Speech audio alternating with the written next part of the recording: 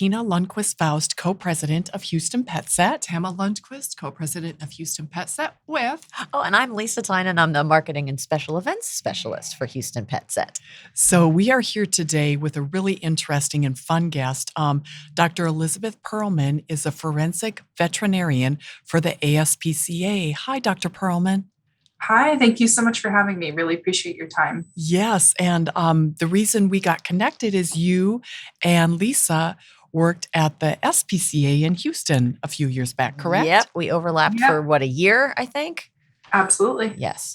Became the closest of friends. Oh, it was a lot of fun. It was. Nice. Well, we'll jump right into it. We're so glad to have you here, and what an interesting job. You're a forensic veterinarian. Tell us a little bit about what that means. Sure. So as a forensic veterinarian, let me back up a little bit. I was always attracted to shelter medicine as a veterinary student, even pre-vet student. And I never really fully understood what my draw to shelter medicine was until I had an externship with the Houston SPCA. And then I also had an externship with the New York ASPCA. While I was with the Houston SPCA, I was able to be a participant with the incoming cruelty cases and investigations, and I found that I was drawn to them, but I didn't realize that that could potentially be its own field. And so when I did my second externship with the New York ASPCA, I specifically worked for 4 weeks alongside their veterinary forensic team, and I realized that this is my draw to shelter medicine. We have all these animal welfare laws, but if nobody is able to enforce them or say, this animal's suffering based on X, Y, and Z, then those laws don't matter.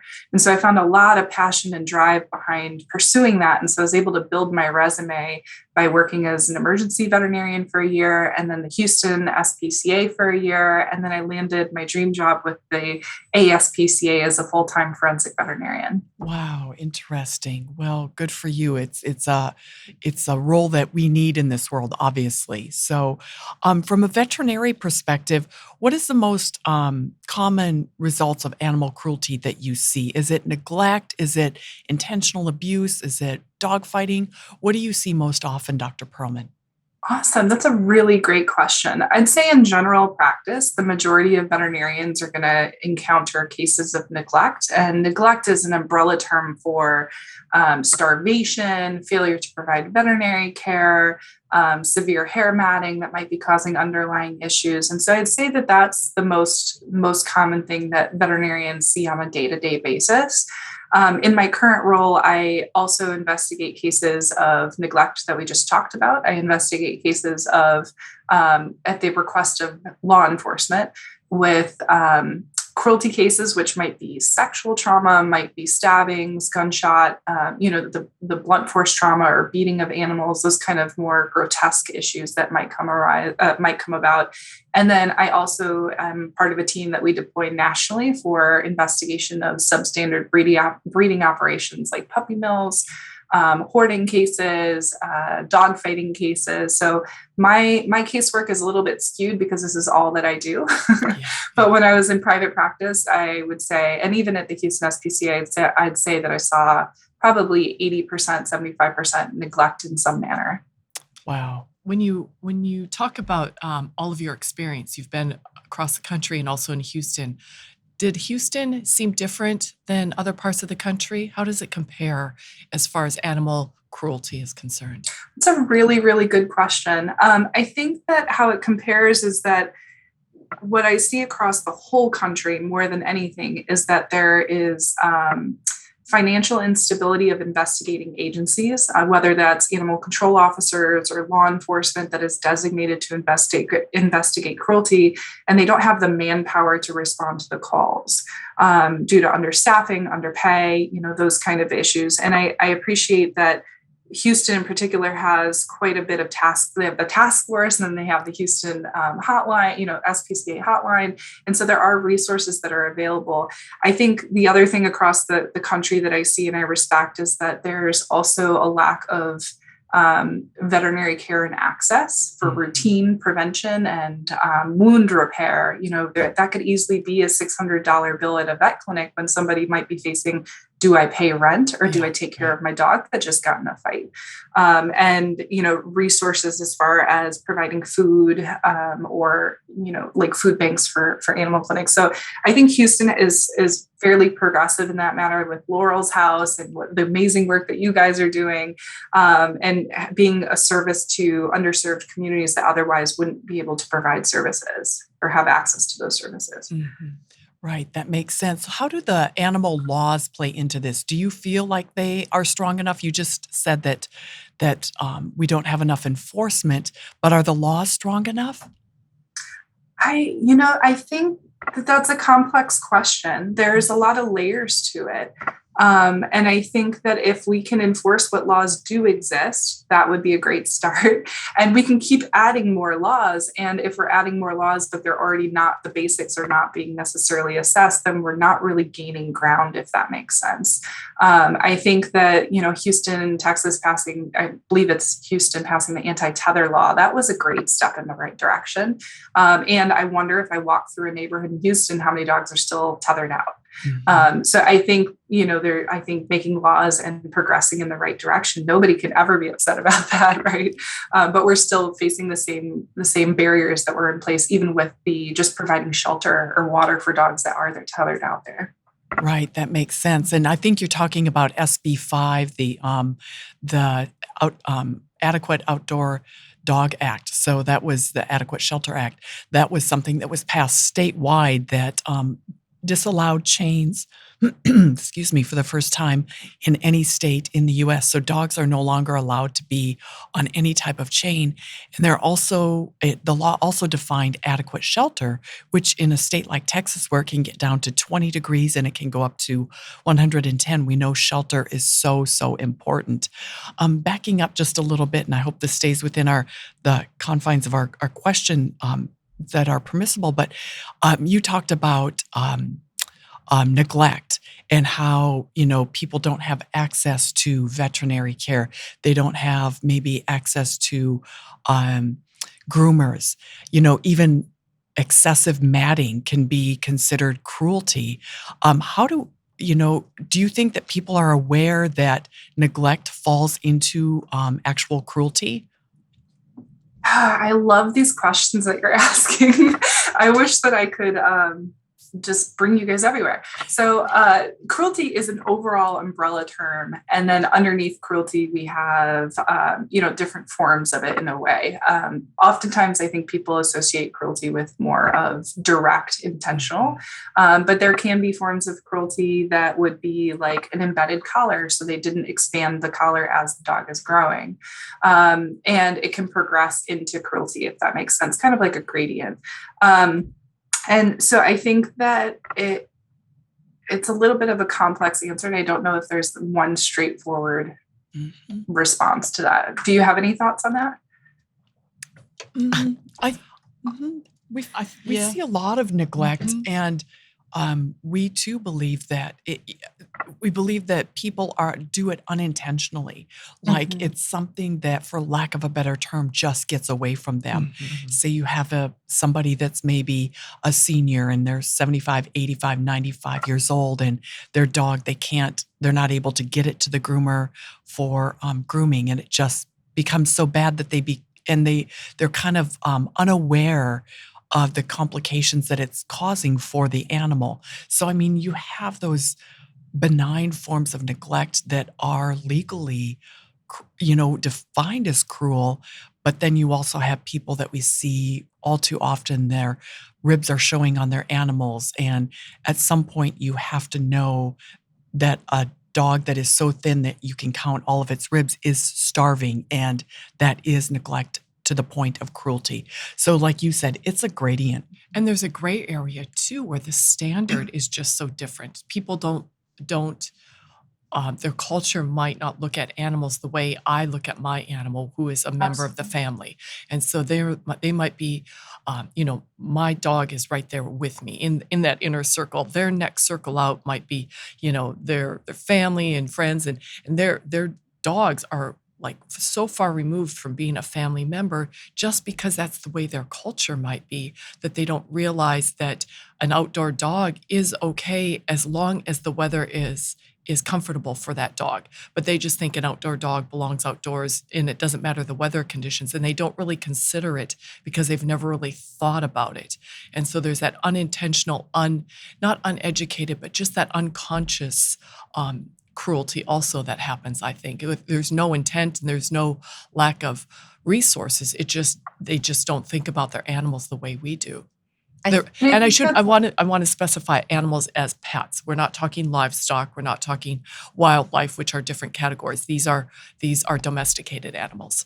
And that's great to specify, because again, I think one of the challenges with laws and whether we're advancing them or where we're at is that there's no standard law for anything. So here animal is defined as X, and then you go and another state might define it as completely something different, excluding insects or wildlife, or, that there's no broad term of defining animal. There's no broad term legally of cruelty. And it varies state by state and potentially even county by county. And you said something super interesting that really came up for me during Hurricane Harvey, in that when I was working with Houston SPCA and, we had response for Hurricane Harvey, is there was an outpour of people looking to adopt these dogs that were left behind or abandoned or, got disconnected from the storm. And a lot of people, the spectrum of animals and quality of the animals that were coming in varied so greatly, because in Houston and in the outerlying counties, a lot of people tie a dog up in the yard. They don't provide heartworm prevention, and that's their idea of a dog, and that's their idea of a pet. And for somebody who is passionate or has resources or whatever, has just a different definition of pet, they are viewing that as now neglectful. And it's again, very, very interesting. And you hit on a great point that there's no definition of pet and quality of care for a pet, right? And I think that as long as we're continuing to maintain food, water, shelter, and adequate vet care, I think that's a good baseline to start at. Yeah. You were going to say something. Yeah. Something that you mentioned in all of this, and Dr. Pearlman, you brought it up too, when you talked about investigating hoarding. There is intentional neglect. There is accidental neglect. There is also the factoring in mental illness of humans. And can you put somebody on the stand and accuse them of animal cruelty when they are mentally ill and in their own minds, what they're doing is not cruelty. They think what they're doing is right. And it makes it even more complicated, I think, to define what is cruelty, what should be and what should not be prosecuted. And it makes the laws even harder to enforce. Right. I think too that, go ahead. Sorry. I'll speak to that as well, in that that's something that comes up for veterinarians that are considering reporting or possibly reporting animal abuse. So Texas is not a mandated state where if there's suspected cruelty, a veterinarian is not required to report, but a veterinarian in Illinois may be required to report because it's a mandated state. And with hoarding, one thing that I hold near and dear is it's not up to me to decide as a veterinarian, even y'all as lay people or like opinion witnesses in court. You guys don't decide whether somebody gets up there. Thankfully, that's off my shoulders, and that's on law enforcement, the judge, the jury, to figure all that out, right? And I think that I've worked on enough hoarding cases where an owner may be oblivious to the environment that they're living in. And, it might have started with 2 or 3 cats and then they're not spayed and neutered and it just gets out of hand quickly. But for the hoarder, it's their day-to-day and they may not realize how severe things have declined. And in addition to removing the animals from that house because it's dangerous for the animal in there, we're also saying it's equally as dangerous for the human. And there may be resources that otherwise may not be available to that individual, like adult protective services, social security, contacts, even veterans that may need assistance that are unaware of what mental health services are available. In addition to that, having access for a judge to determine, hey, this is, a large scale hoarding. What happened is not okay. And I'd like for you to have a mental health evaluation, which could open up even more support for an owner that otherwise would be under a radar and not having any service. So I agree. And it can be very challenging because what is the mental health? But thankfully that's not in our hands. Right. And I feel very relieved about that. I just Oh, stick to my job and what yeah. I know to be the facts. And then, the ethical part of it, it's not on my shoulders to figure out. Mhm. I think that COVID too has added another layer. You brought up mental health. And I think that because of COVID, a lot of people have been pushed to kind of areas where they didn't ever think they'd be, desperation. And Absolutely. we're seeing so much animal abandonment in Houston these days because people are financially insecure. They can no longer afford their rent. They're moving. There's no place. Our shelters have gone to managed intake, which seems not fair when they're mandated to be open intake. And so people don't have a place for their animals to go. We get emails every single day saying, I need to place my animal. What can I do? There aren't enough resources. And so what they wind up doing is leaving them behind in an apartment, in a house. Unfortunately, the ones that cross over, leave them in, we've seen animals left in crates and in kennels, and they don't survive. They die of thirst and starvation and just, and that's horrible. But I think that we have even, this new kind of layer on us. And we're wondering if you're seeing that across the country too, where COVID has kind of added another layer of cruelty. Yeah, I've seen, or I don't directly have any experience with that because I work only under the supervision of a law enforcement. So I'm not working with day-to-day shelter medicine or intake of, shelter animals. But I've heard mixed reviews about published reports saying that they are finding that there's an influx of animals post-COVID or, intra-COVID. And then I've also heard that there is not. So I don't know what to believe at this time. I'm hearing, again, one vet friend of mine sent me 2 articles in the same email, one saying that there is and one saying that there's not. So I'm not sure exactly where I stand on that. I haven't done enough research, and I also don't have boots immediately on the ground to be able to differentiate it. I wouldn't be surprised though, right? People are losing their jobs. It's a tough economy, or they've been let go. And how are they going to afford rent or downsizing and then also maintaining the care of their pet? Great. And once again, I'm Tina Lundquist-Faust, co-president of Houston PetSec. Tama. And I'm Lisa Tynan, marketing and special events. Today we're with Dr. Elizabeth Pearlman. She is a forensic veterinarian of the ASPCA. So great topics so far. Thank you. What do you think people can do? What can animal lovers do, Dr. Pearlman, if they see cruelty? What can they do in their community to help people that are maybe neglectful or borderline on intentional cruelty? That's great. I think that there is multiple prongs of approach that we can kind of take with this.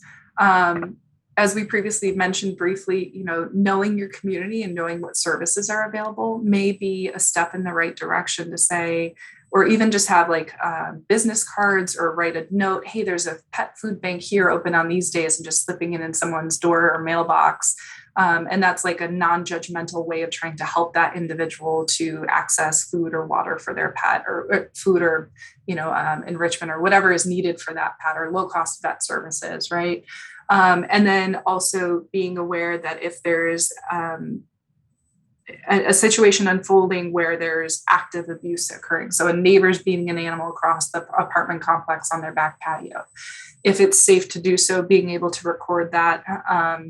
And I'm not saying that as a lawyer, so I would recommend checking with local law of Houston, but recording to be able to see, so that it's a black and white thing of this individual is being seen on this camera beating this animal at this time, so it's not so much of a he said, she said. There's actual proof to back up the location and where it is and the animal involved. And then as far as neglect, this is a really tough one, but for animals that don't have access to food or water, by an individual seeing that, I think all of us can appreciate that we're in this field, and and people listening to the podcast love animals, right? That's why we're here. But it can be hard to see an animal that is doesn't have water, and as an individual bystander, we want to provide them with water, we want to provide them with food that's not being provided, but by doing that, we're actually tainting the crime scene. And so if we report that an animal is starving and then you put out a bowl of food and the officer comes around to check your complaint and they see a bowl of food, that's no longer a valid cause, even if you're saying, hey, I'm the one that put it down. It's now tainting. They don't know. It's he said versus she said for putting down food. So again, it's being cognizant of where the law has to do what they have to do to be able to perform their investigation.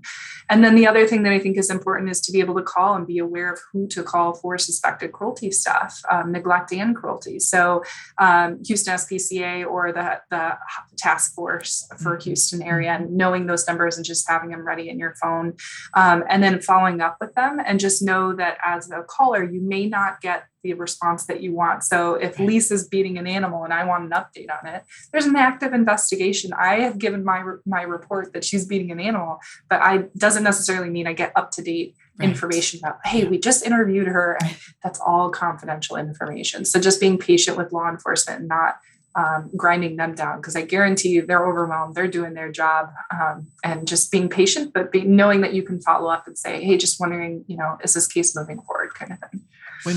When we were part of the task force, and we did help start that task force, that was one thing we tried to convey to the public is, like 911, you don't get a call back and saying, Exactly. hey, we put out the fire, everything's okay, these people went to the hospital. You don't get a report back. And this is a 911 for animals. So you're not going to get a report back, and you might not see things moving as quickly as you like. But being as under-resourced as we are in this city for law enforcement, for people and for animals, they are doing the best that they can. They are getting there as quickly as they can. And sometimes the laws don't support the action that we would like to see taken. And so we used to get complaints all the time. Well, you're not doing anything. Well, we don't have the law to support what we would like to do. So there's really a lot that goes into between making that call and seeing action. There's a lot that has to happen in between that. So good point to make. Thank you. Beautifully said. I absolutely love it. And I love that you drew the parallel between calling 911 and a fire getting put out. They're not going to call you back. I love that. I may have to start stealing that. And now might be a good time to add that the task force number is 927-PAWS, 832-927-PAWS, or you can report online at 927paws.org. So all of those calls and all of those reports do get looked at in Houston. We know that they do. So for anybody that is listening, please record that and put that in your phone and use that if you see suspected cruelty. So important, because the people are the eyes and the ears for law enforcement, just like any other crime. The people have to be aware of what's going on around them. And to your point, I like the compassionate approach, that if people just don't have the resources, be compassionate, think about the animal in need, and maybe what the family is going through, and do what you can to help. I think that we're seeing a trend in animal welfare where we're asking the community at large to do more, to help more. And as much as we'd like to see our county and our city involved, it's great when neighbors, friends can stop the suffering of an animal and to help a family. So I think it's a good trend in our communities and beyond. Absolutely. Yeah. Anything else we want to discuss? So do you miss us in Houston? I do. Don't tell my boss. No, What was your favorite part of Houston?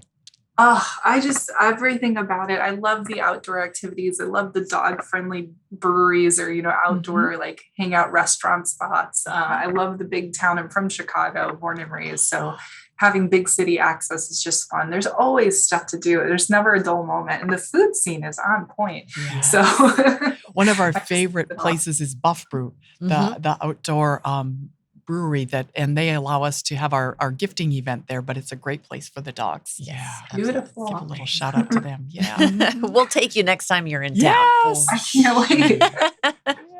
Well, thank you so much for joining us today, Dr. Pearlman. It's really nice to know you, and thank you for the work that you do on behalf of animals.